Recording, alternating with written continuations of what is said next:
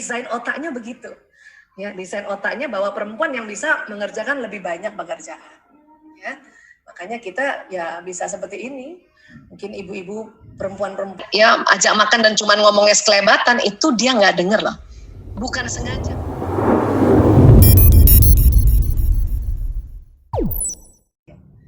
Jadi saya mencintai suamiku karena Allah. Ya. Mungkin juga sahabat-sahabat juga begitu, saya mencintai sahabatku karena Allah. Ya, ukhti fillah, sahabat fillah, itu apa yang dilafazkan jalan. Ya.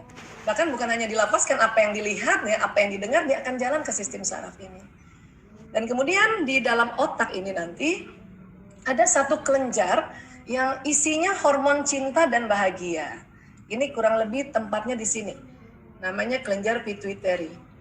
Jadi dia persisnya secara anatomi pertemuan alis ini, kalau naik sedikit ke atas dan dibor ke dalam, itu ada kelenjar pituitary ini isinya hormon cinta dan bahagia. Ada berbagai macam nama hormon, mulai dopamin, oksitosin, serotonin, endorfin, itu ada di otak kita nih, persis di sini kelenjar pituitary. Dan bila kita katakan tadi kalimat-kalimat yang baik ya, saya mencintai suamiku karena Allah, maka hormon itu keluar. Atau kita bilangnya saya semakin cinta pada suamiku karena Allah, itu hormonnya keluar. Ya. Bu Isa, kalau nggak pakai karena Allah bagaimana? Ya, keluar tidak? Ada beberapa penelitian mengatakan keluar, tetapi penelitian di Universitas Airlangga oleh Profesor Agus Mustafa, pada saat kita lafazkan Allah, maka ya tubuh ini senang, sel-sel tubuh ini senang. Juga kelenjar pituitary, tentu kadar yang akan keluar hormonnya lebih banyak. Ya. Nah itu makanya mengapa kita selalu lillahi ta'ala. Setiap kita punya ya kegiatan, kemudian ibadah-ibadah kita niatnya lillahi ta'ala, itu mengeluarkan hormon bahagia dan dia keluar lewat masuk pembuluh darah, masuk ke jantung, jantung memompa ke seluruh tubuh. Ini dia. Ya. Jadi itu asiknya kekuatan niat itu. Ya. Baik, kemudian memang laisa zakaru kal unsa, laki-laki nggak sama dengan perempuan. Ini Ali Imran ayat 36 dan dia cuma sepenggalan ayat.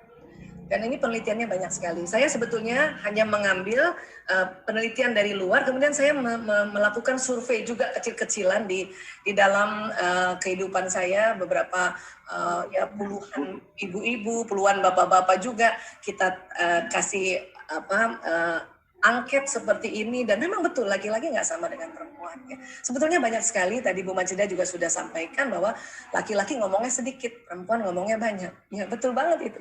Ya. Nah, dan hari ini saya yang mau kasih lihat adalah ada organ di otak manusia namanya corpus callosum ini yang melengkung persis di tengah. Ya. Ini Allah mendesain laki-laki beda dengan perempuan ukurannya. Ya, ini namanya corpus callosum. Bapak Ibu punten maaf ini kita pakai bahasa Latin ya karena ini perjanjian internasionalnya ya. Baik, jadi menurut Dr. Roger Grosky PhD, seorang ahli neurologi dari University California di Los Angeles, menegaskan bahwa otak perempuan memiliki korpus kolosum yang lebih tebal ini dibanding laki-laki. Ya, penelitian lebih dalam lagi dikatakan lebih tebal 30%.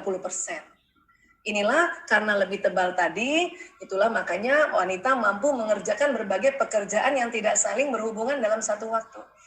Tadi risetnya Ibu Majidah kan betul ya, kalau urusan rumah tangga perempuan yang lebih mendominasi karena memang desain otaknya begitu ya, desain otaknya bahwa perempuan yang bisa mengerjakan lebih banyak pekerjaan ya, makanya kita ya bisa seperti ini. Mungkin ibu-ibu perempuan-perempuan yang juga dia bekerja di luar dan kemudian working from home tetap bisa gendong anaknya, tetap bisa nyusuin, tetap ini ya sebuah karunia pada perempuan, yaitu korpus kolosum lebih tebal. Laki-laki lebih tipis. Nah, karena lebih tipis, otak laki-laki itu dibuat untuk pekerjaan khusus. Ya. Jadi pada saat laki-laki fokus pada pekerjaan di depannya, setelah 10 menit ke atas, otak laki-laki itu konsentrasi ke depan dan pendengarannya menurun. Makanya laki-laki hanya dapat mengerjakan satu pekerjaan dalam satu waktu. Karena memang laki-laki itu kalau mengerjakan sesuatu itu khusus dan harus selesai gitu. Ya, makanya kalau perempuan namanya multitasking, laki-laki monotasking. Walaupun sebetulnya kalau belum 10 menit, laki-laki masih bisa mendengar kanan kiri, depan belakang gitu. Itulah dikatakan ketika pria membaca koran, pegang buku, pegang gadget, dan nonton TV, pria tidak mendengar apa yang dikatakan wanita. Itu bukan sengaja. Jadi buat para istri, kalau suami tak sedang nonton TV, kurang lebih sudah di atas 10 menit, terus kita panggil, ya, Bapak, baru yang ketiga dia menoleh, itu bukan laki-laki sengaja tidak mau dengar, memang sedang konsentrasi pendengaran menurun. Dan seandainya suami sedang working from home dari rumah, sudah di atas 10 menit ini kita tahu dia setengah jam, ini sudah konsentrasi. Dan kalau istri cuman sambil lalu lewat di belakangnya untuk ajak makan, ya, ayo kita makan Pak, gitu ya misalnya, tapi cuma satu kali dan hanya sambil lalu, itu tidak didengar memang. Bukan sengaja tidak dengar, tapi karena otak laki-laki didesain oleh Allah untuk pekerjaan khusus di depannya. Ini laki-laki. Ini yang kadang-kadang dulu saya, sebelum saya tahu ilmu ini, itu suka bertengkar gara-gara ini. Ya, tapi untung alhamdulillah ya, tahun 2006 saya tahu, makanya minta maaf sama suami. Mas, maaf ya, saya nggak tahu kalau kamu tuh konsentrasi. Padahal kami berdua sudah dokter pada saat itu. Ya, riset ini memang baru, ya 2006 masuk di Indonesia. Ya. Dan kemudian ada lagi, kalau tadi perempuan corpus callosum, ini laki-laki yang Allah berikan ya lebih luas ukurannya adalah hipotalamus. Jadi hipotalamus persis ini ada segitiga ya, di belakangnya pituitary tadi. Dan laki-laki Allah desain hipotalamus laki-laki menurut riset ini lebih besar dan lebih lebar dari perempuan. Ya. Lebih berapa lebarnya, Bu Aisyah? Ini. Ukuran hipotalamus laki-laki 2,5 kali lebih lebar dari perempuan. Kalau perempuan tadi corpus callosumnya yang lebih tebal 30%. Laki-laki hipotalamusnya lebarnya 2,5 kali lebih luas. Apa fungsi hipotalamus? Fungsi hipotalamus sebenarnya banyak, tapi pada kaitannya laki-laki dan perempuan ini adalah menjaga keamanan. Tadi Bu Macedah katakan ya, bahwa memang dikatakan bahwa ar-rijalu qawwamuna 'alan nisa. Qawwam itu betul. Karena laki-laki itu menjaga keamanan. Keamanan apa? Keamanan dirinya, keamanan anaknya, keamanan istrinya, keamanan rumah tangga, keamanan ekonomi. Apabila sang suami bekerja pada negara, itu tugasnya lebih banyak lagi, dia menjaga keamanan negara. Ini hipotalamus ini ya yang membuat laki-laki itu sanggup dan lebih kuat menjaga keamanan. Tentunya kalau dia menjaga keamanan ekonomi berarti dia kan menjemput rezeki kan. Nah ini dia hipotalamus. Ya. Dan anak laki-laki saja ya. Nah ini dia, laki-laki kan kalau sudah misalnya ikut bantu dampingi anak-anak belajar online, mungkin tidak detail, yang detail nanti ibunya. Tapi laki-laki ini, ya si bapak ini, bawah sadarnya dia menjaga keamanan keseluruhannya. Ya. Dan dalam menjemput nafkah tadi Ustadz Dasar sudah sampaikan ya bahwa laki-laki ayo jemput nafkah itu. Dan tolong tidak usah pelit sama istrinya. Kenapa? Karena Nabi bersabda ya, 1 dinar yang engkau sedekahkan kepada seorang miskin dan 1 dinar yang engkau infakkan kepada keluargamu lebih besar pahalanya yang engkau infakkan kepada keluargamu. Masya Allah. Jadi jangan pelit Pak. Kasih istri tak, kasih anak tak. Karena ternyata dia lebih besar pahalanya. Ya. Nah, kemudian kita lihat anak laki-laki. Siapa yang punya anak laki-laki ya? Walaupun waktu masih kecil, anak laki-laki itu ya dia selalu ingin jaga ibunya. Karena dia hipotalamusnya lebih lebar dibanding saudaranya yang perempuan. Walaupun kita sering lihat anak laki-laki kan sering bermain gitu ya. Ini banyak sekali di mana-mana ini ya dikatakan anak laki yang masih kecil aja dia yang tuntun ibunya, ini ibunya buta ya di Riau ini ya. Kemudian kalau ibunya sakit dia yang jaga, itu anak laki-laki. Karena hipotalamusnya lebih lebar. Makanya kalau kita punya anak laki-laki ya walaupun memang anak laki-laki suka main, tapi jangan salah, laki-laki ini bertanggung jawab. Dari kecil bahkan. Dibanding misalnya saudaranya, kalau dia ada saudaranya perempuan hampir sama umurnya, itu hipotalamusnya laki-laki lebih lebar.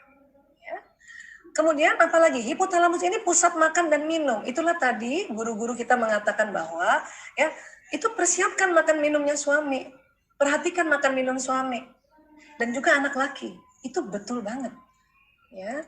Jadi kalau kita misalnya ya ada pekerjaan begitu banyak, yang paling penting itu adalah makan minumnya suami sudah ada belum ini? Sudah siap belum? Kalaupun ibu nggak bisa masak, kayak saya ini nggak bisa masak, ya sudah gimana caranya kan? Telepon keluarga yang bisa masak, kita pesan dan sebagainya gitu. Dan anak laki-laki juga. Pantang nasihati anak laki dalam keadaan perut kosong. Banyak sekali ibu-ibu ini mengeluh ke anak lakinya kalau belajar online, apalagi yang masih SD ya. Kemudian misalnya dia kerjakan tugas, tinggal sedikit lagi, bahkan tinggal 1 nomor atau 2 nomor. Tiba-tiba dia lapar. Bunda, aku lapar. Itu harusnya kasih makan dulu. Tapi kadang-kadang ibu-ibu suka gemes, udah tanggung, 2 lagi. Kalau ibu-ibu memang tahan lapar. Makanya kalau anak laki, tolong ya kasih makan baru sampaikan, nanti kita kerjakan lagi ya dia. Ini memang hipotalamusnya lebih lebar laki-laki. Dan pertanyaan yang paling menyenangkan pada bapak-bapak itu setelah nanti dia pulang, setelah 10 menit adalah, ya sudah makan ayah? Abi sudah makan? Ya, kita sudah makan Pak? Gitu.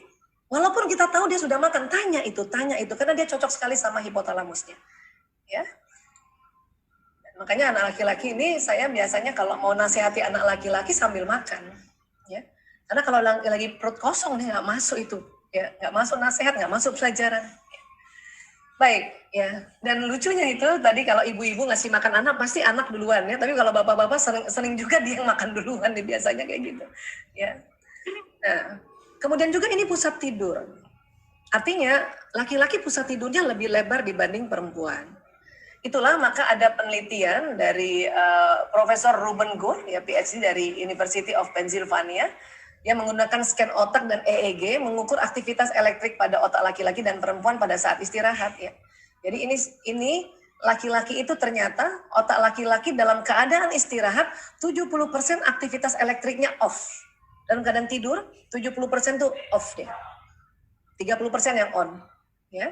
Perempuan bagaimana? Perempuan ya, otak perempuan dalam keadaan istirahat 90% aktivitas elektriknya hidup. Apalagi tidak istirahat. Jadi ibu-ibu kalau tidur itu cuma 10% aktivitas elektriknya yang off. Bapak-bapak 70%. Makanya banyak ibu-ibu merasa kok suami saya cepet banget tidurnya ya. Kok cepet nyenyak. Gitu. Perempuan memang aktif.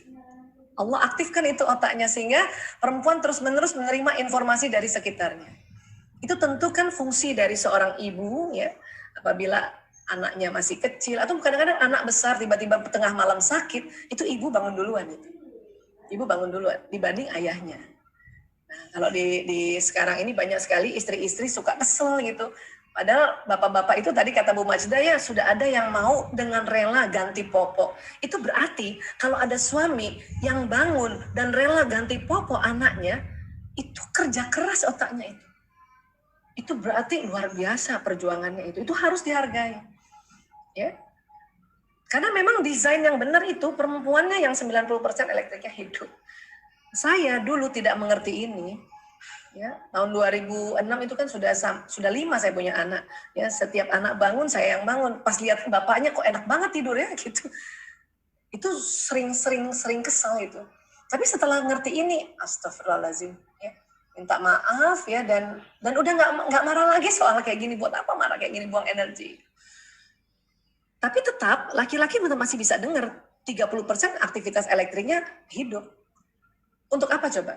Biasanya laki-laki pada saat dia tidur, anak di dalam ruangan nangis dia nggak dengar, tapi alarm motornya atau mobilnya di luar rumah dia dengar.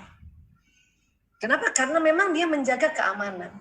Dan memang 30% aktivitas elektriknya nyala itu ya untuk dipersiapkan mendengar apa yang ada di luar rumah. Cuman mungkin sekarang karena rumah pakai AC jadi kedap makanya nggak kedengeran ya. Kalau zaman dulu laki-laki itu dia selalu siap kalau ada apa-apa di luar rumah, bunyi-bunyi kah atau motornya alarmnya bunyi kah, mobilnya dia loncat itu. Ini ya. Dan makanya kalau ibu-ibu jaga anak langsung bisa terjaga ya, kecuali capek sekali ya. Bapak-bapak bisa sangat lelap kadang-kadang nggak rasa anaknya turun dari pangkuannya gitu ya. Jadi ini bisa anaknya jalan kemana, bapak-bapak nggak rasa gitu. Dan itu kita nggak usah bertengkar soal ini, nanti buang waktu. Ya. Dan apalagi tadi mungkin juga kata tim saya, Ustadz Dasat bilang juga ya bahwa ya layani suami, karena memang ini pusat syahwat birahi. Dan pusat syahwat birahi ini bersamaan dengan pusat menjaga keamanan. Artinya pada laki-laki pada saat dia capek menjaga keamanan ekonomi, hipotalamusnya tegang, dan salah satu untuk merilekskannya adalah hubungan intim suami istri. Ini betul sekali, ya, karena memang di otak seperti itu sebetulnya, Allah desainnya seperti itu. Ya.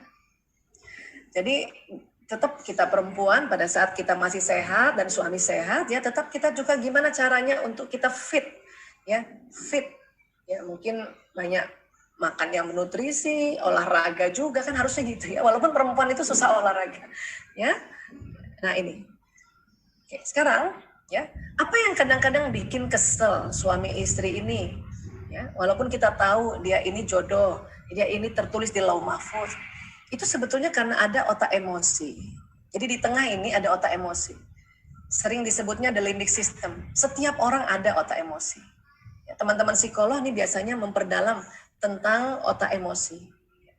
Semua orang ada otak emosinya, baik itu masih bayi, bahkan di dalam rahim seorang ibu, janin itu sudah ada otak emosinya. Bahkan bukan hanya manusia saja yang punya otak emosi, hewan golongan mamalia ini juga punya otak emosi. Makanya ini sering disebut otak mamalia. Mamalia brain, ini dia. Itulah makanya mengapa kita nih ada sifat binatang. Dan kadang kita lebih rendah dari binatang karena memang di otak kita ada otak mamalia. Untuk itulah salah satu mengapa kita keluarga muslim pada saat anak lahir, kemudian kita sudah berikan nama yang baik, kita diminta akikah. Akikah itu salah satu perlambangannya adalah untuk bisa meredus otak mamalia si anak ini. Ya.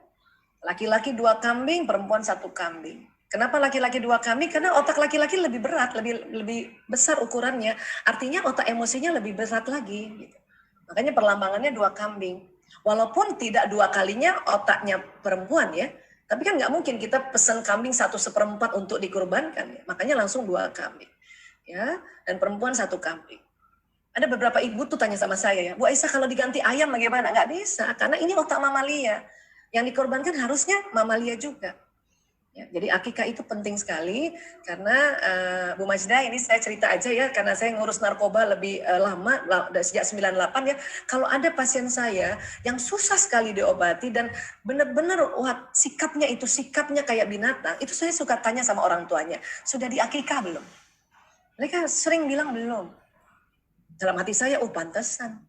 Otak mamalianya belum ditebus dengan kambing ini sebagai wujud pengendalian emosi.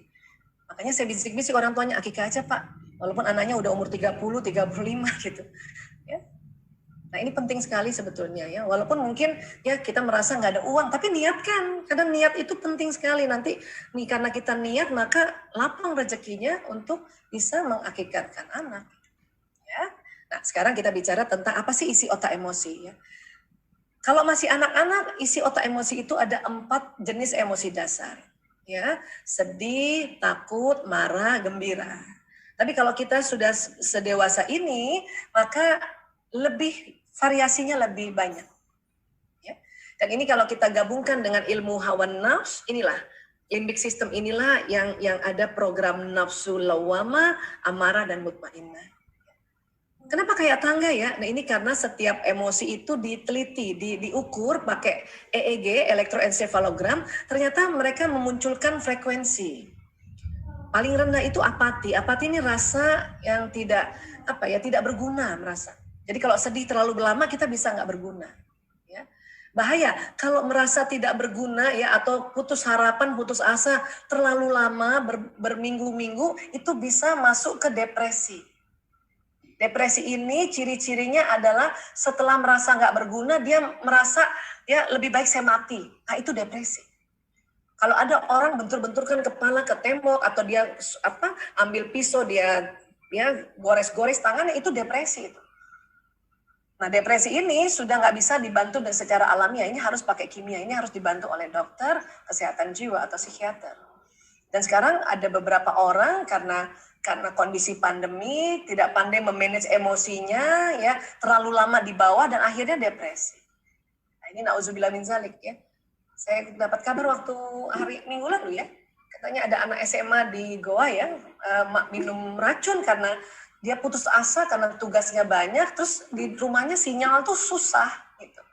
Jadi mungkin kasihan dia sudah kerjakan tugasnya tapi nggak bisa, akhirnya lama bertumpuk-bertumpuk ya. Makanya dia depresi, dia sedih. Tadinya takut kerjaannya nggak bisa selesai karena WiFi, lama-lama sedih, lama-lama merasa putus asa, lama-lama ambil jalan pintas, yaitu bunuh diri. Ya, nauzubillah min dzalik. Kasihan sebetulnya, tapi itulah kita harus ngerti tentang emosi ini. Ya. Nah, 3 dari bawah ini dikategorikan nafsu lawwamah, mulai apati, sedih, takut. Kemudian 3 ada buru-buru, las, atau orang kalau kita buru-buru nih, itu ada di sini nih. Ya, marah, sombong, ya ini masuk di nafsu ammarah. Dan kemudian emosi tidak hanya negatif, emosi itu ada yang positif, nafsu juga tidak hanya negatif, ada yang positif, ada yang namanya mutmainnah. Dan mutmainnah itu mulai dari courageous, semangat, kemudian acceptance, menerima, peace, damai, dan paling tinggi enlightenment, pencerahan. Ya. Kalau pencerahan ini kira-kira ciri-cirinya kayak apa? Ciri-cirinya adalah orang yang merasa, oh gitu. Bagaimana bisa sampai ke pencerahan? Baca Quran. Baca Quran itu sudah diteliti betul-betul pada saat kita baca Quran, ya, apalagi tahu artinya bisa sampai di enlightenment. Makanya teman-teman, Bapak Ibu yang setiap hari sudah baca Quran itu luar biasa. Itu secara level emosi berarti lebih sering berada di mutmainnah. Itu keren banget. Ya. Apalagi Bu Aisyah yang bisa sampai ke pencerahan, sholat. Maka tadi guru-guru kita ya, termasuk Bu Majedah mengatakan, ya sholatnya betulin. Ya. Sholatnya yang tumaknina. Ya, kemudian khusyuk itu lagi kesel kita, terus kita bawa ke sholat, rakaat demi rakaat itu naik ke atas levelnya. Ya. Asal tumaknina ya. Kalau buru-buru mungkin naik juga, cuman sampainya disombong doang. Kadang-kadang ada orang habis sholat sombong. Kenapa terburu-buru sholatnya? Ya.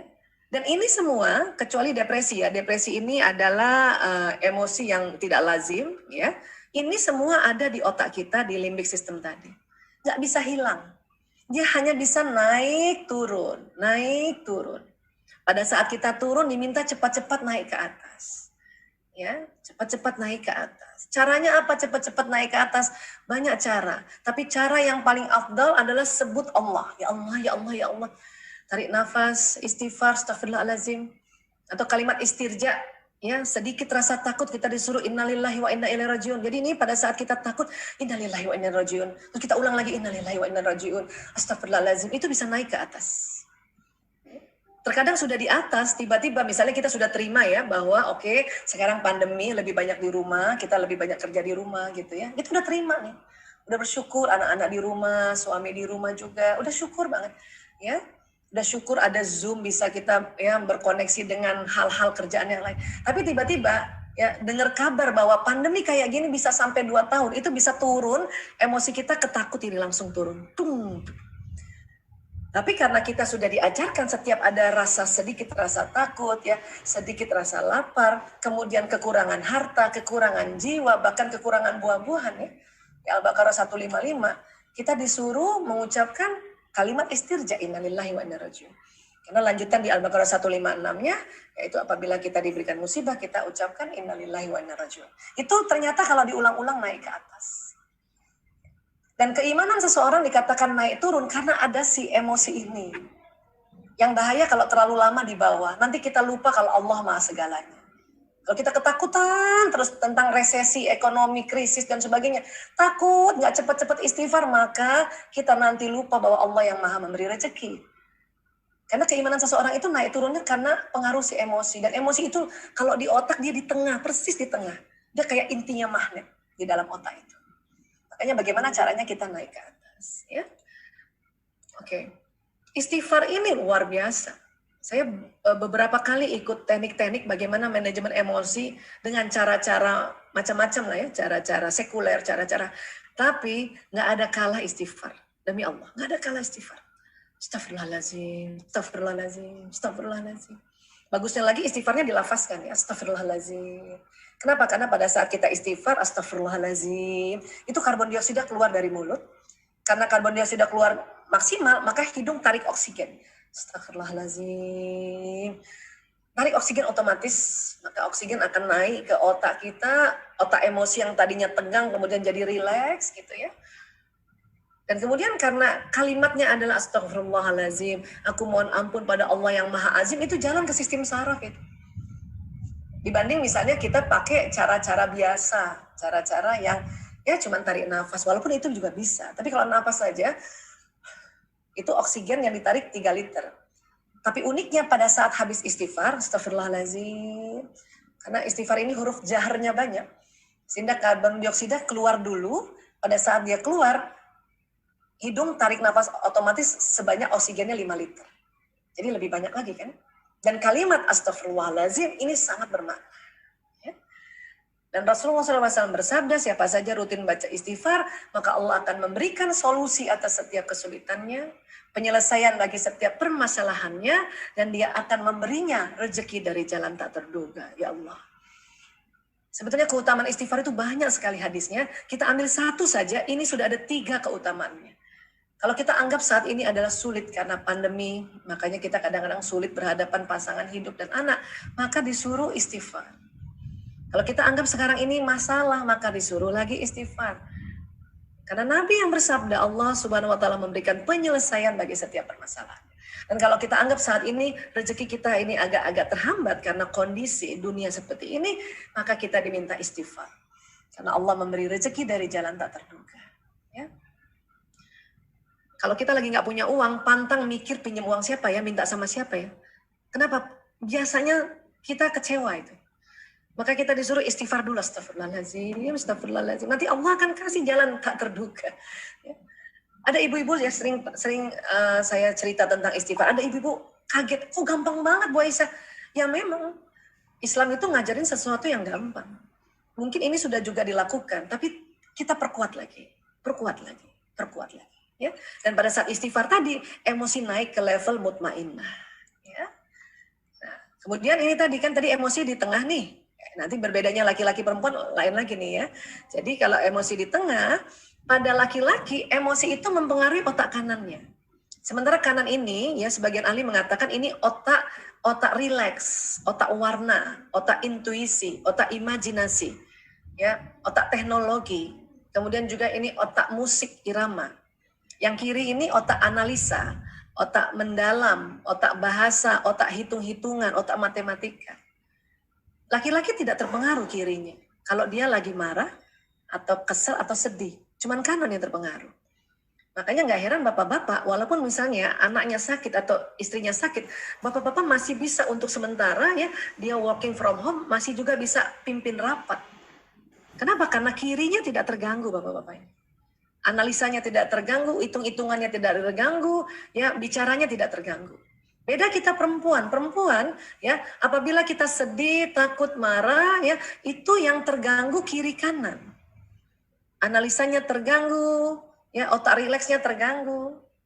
Makanya kalau ibu-ibu sedih banget, lagi sedih gitu ya, anaknya sakit kah atau ada yang meninggal, itu pasti nggak bisa kerjain macam-macam dulu. Beda laki-laki masih bisa tuh. Ya. Pekan lalu saya punya adik ipar meninggal di Semarang gitu ya. Suami saya masih bisa pimpin rapat sebentar sebelum dia berangkat ke Semarang. Kenapa? Kirinya tidak terganggu. Tapi saya pagi itu ada kegiatan saya batalkan. Nggak bisa. Ya, nggak bisa. Makanya kadang-kadang ibu-ibu itu ketahuan kalau dia sedih. Wajahnya nggak bisa simpan itu. Ya, air matanya mengalir. Ya. Nah, tapi untung kecil-kecil. Artinya banyak juga ibu-ibu yang masih kuat kerja walaupun sedih, tapi sambil kerja itu air mata mengalir itu nggak bisa dibendung. Untung kecil-kecil.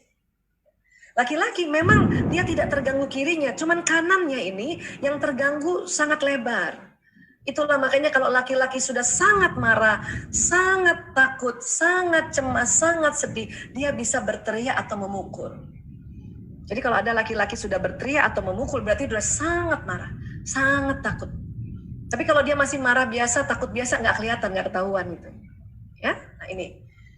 Dan kemudian tadi yang Bu Masda bilang betul, laki-laki itu karena otak bahasanya cuma di kiri, kepala kiri, maka dalam sehari mengatakan 2.000 sampai 4.000 kata, 1.000 sampai 2.000 bunyi vokal, 2.000 sampai 3.000 gerakan tubuh, jumlah rata-rata 7.000. Karena otak bicaranya cuma di sebelah kiri. Kalau istri-istri punya suami yang pendiam, mungkin yang kategori 5.000. Atau ada kebalikannya, istri yang suaminya seneng ngomong, itu yang 9.000. Rata-rata 7.000. Tapi tetap kalah juga dengan kita perempuan, karena perempuan otak bicaranya kiri dan kanan. Jadi kata-katanya 6.000 sampai 8.000, bunyi vokalnya 2.000 sampai 3.000, gerakan tubuhnya 8.000 sampai 10.000. Jadi rata-rata komunikasinya 20.000. Ya, ada yang 21.000, ada yang 22.000, ada yang 24.000. Ya. Yang terdiam 16.000. Aisyah, saya ya? Hamdan, Rektor Win. Ya, Prof. Hamdan. Maaf Bu Aisyah, mungkin kalau disisihkan waktu untuk berinteraksi, maaf ini Bu Moderator, karena pasti banyak ini yang sudah tahan ingin berinteraksi dengan siap. Kalau diberi waktu peserta untuk berinteraksi, siap. Hal-hal yang terkait dengan presentasi Ibu dan Ibu Majda tadi. Baik, siap. Sedikit lagi memang ini, Prof. Ya, silakan Bu. Silakan. Maaf Ibu Moderator, maaf ya. Ya, jadi kita harus paham bahwa memang perempuan tuh banyak. Bahkan ada penelitian, wanita bila dalam sehari komunikasi kurang dari 16.000 kata, maka tidur malamnya tidak nyenyak. Jadi buat bapak-bapak, ya kasih waktu kalau ibu-ibu mau ngomong. Tanya saja sama, jadi kalau suami kan susah ngomong kalau udah malam kan, maka supaya perempuan ngomong, tanya aja sama perempuan itu. Ya, tadi pagi bikin apa tadi gitu. Tanya aja, seharian tadi bikin apa Bu gitu. Kita tadi bikin apa Bu tadi seharian, biarin perempuan ngomong. Ya, maka dia nanti bisa tidur nyenyak itu. Ya. Dan perempuan memang butuh bicara. Ini tadi kaitannya tadi Bu Majda cerita tentang apa isinya Prof cerita tadi ya. Memang otak perempuan tidak menyimpan masalah seperti otak laki-laki. Masalah bagi perempuan terus berputar di dalam kepalanya. Ya, satu-satunya cara perempuan melepaskan masalah dari kepalanya adalah membicarakan masalah tersebut untuk mengungkapkannya. Itulah makanya karena saat seorang perempuan berbicara di akhir harinya, tujuannya adalah untuk melepaskan ganjalan hatinya, bukan untuk mencari kesimpulan atau penyelesaian. Jadi perempuan ini, Prof, memang harus diajak ngomong. Dan kadang-kadang itu cerita bisa berulang, Prof. Kenapa? Karena perempuan ini ahli sejarah memang.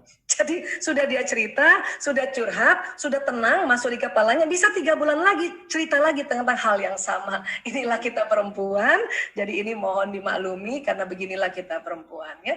Dan terakhir, tubuh manusia selain ada badan selulernya, ini ada badan bioplasmiknya. Inilah yang nanti bisa mengikat antara perbedaan-perbedaan ini adalah sinyal di antara tubuh suami istri ini yang bisa membawa pesan doa. Ya, inilah ini yang membawa doa ini. Dari mana sinyal ini? Ini dari sistem pembuluh meridian. Ya, dia keluar ya karena di bawah kulit itu ada pembuluh meridian, itu lubang-lubangnya itu untuk gelombang elektromagnetik. Itu dia berputar, itu pintunya tuh berputar ke kiri dia. Jadi kayak orang tawaf. Ini yang membawa sinyal ini. Dari mana sinyal ini? Dari makanan yang dimakan. Ini yang nanti membawa pesan doa. Inilah yang suami istri sinyalnya ini karena ada hubungan intim. Ya, suami istri salah satunya dari sisi holistik ini membuat sinyal suami istri itu selaras. Sehingga kalau suami istri itu berdoa bersama, itu kenceng banget doanya. Terbroadcast ke alam semesta. Dan sinyal ini dia menarik peristiwa. Ya. Jadi kalau kita doa bersama, kenapa suami istri ini harus kompak? Kalau mereka berdoa bersama, isi alam semesta bisa ditarik dengan doanya suami istri. Ya.